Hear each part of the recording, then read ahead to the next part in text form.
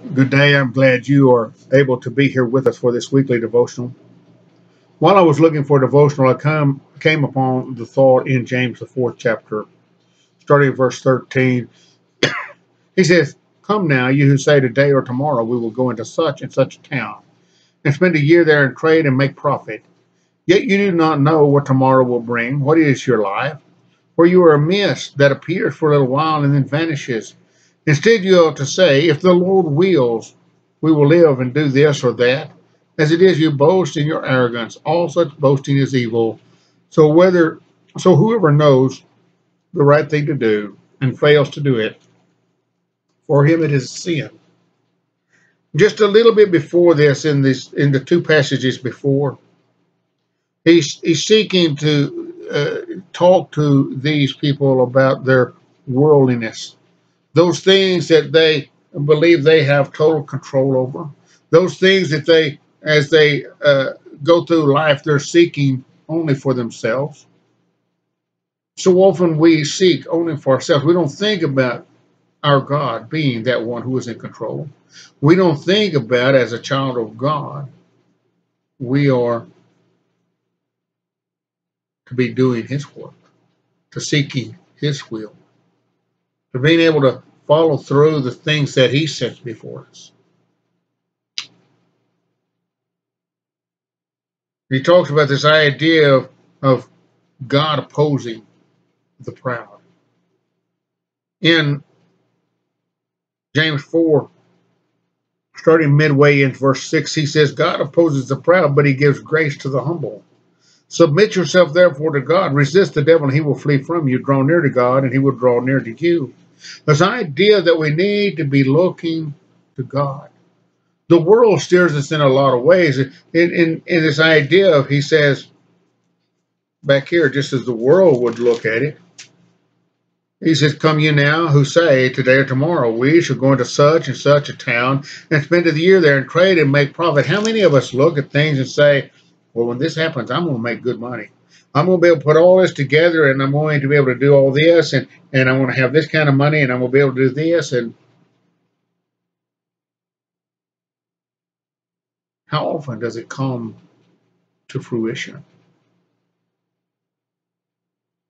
You see, so often those things are leading us away from God.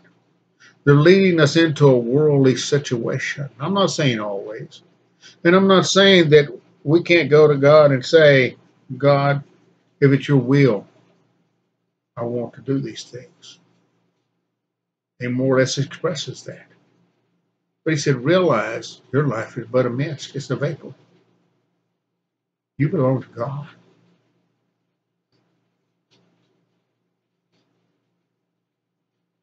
This idea that as we look, he talks about this, he goes ahead with this in verse 8. He said, "Draw near to God, and He will draw near to you. Cleanse your hands, you sinners." He said, in other words, wash this, get rid of this worldly stuff and purify your heart. You don't mind it. Be wretched and mourn and weep. That sounds a little odd, but the idea of looking and really being willing to humble ourselves. Remember that as they humbled themselves in the Old Testament, they found themselves in sackcloth and ashes, weeping. He said, "Let your laughter be turned to mourning and your joy to gloom." Humble yourself before the Lord. I don't think he means that we can't be happy in God. We can't be joyous in God. I think what he's saying is humble yourself to Him completely. Give yourself over. Realizing that the way you've been living is wrong. These things that you've been doing, you need to be truly repentful of. Giving yourself over to God. Seeking His will. Seeking His will. This idea of becoming humble, of looking to God in your decisions, of looking to God in what He seeks for us to do. Not trying to go off half-cocked and do it on our own, realizing God is the one in control. So often we find ourselves looking toward doing something and everything falls to pieces. I can't tell you that's all God's work. Sometimes it's simply we're trying to do things a worldly manner and they just fall to pieces. The world is full of evil. But the fact is, if we will seek through God, those things that are of God, or those things that won't lead me away from God, He will seek to let me do His will in them, or He will let me do His will in them. Sometimes we need to get a hold of ourselves and just look and say, have I talked to God about this decision? Have I sought Him in prayer? Have I considered whether it will lead me to God or away from God?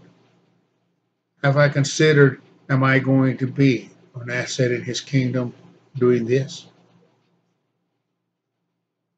You see, God wants us to work for Him. He wants us to seek to do His will each day. We need to remember that God is in control. He is the Almighty. He is all powerful. And He cares for us.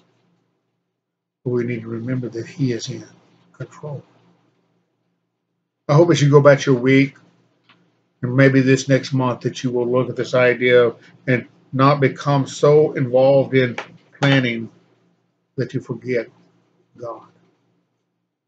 That you remember Him, that you seek Him, that you spend your life in worship to Him. I want to thank you for being here today, and may God bless.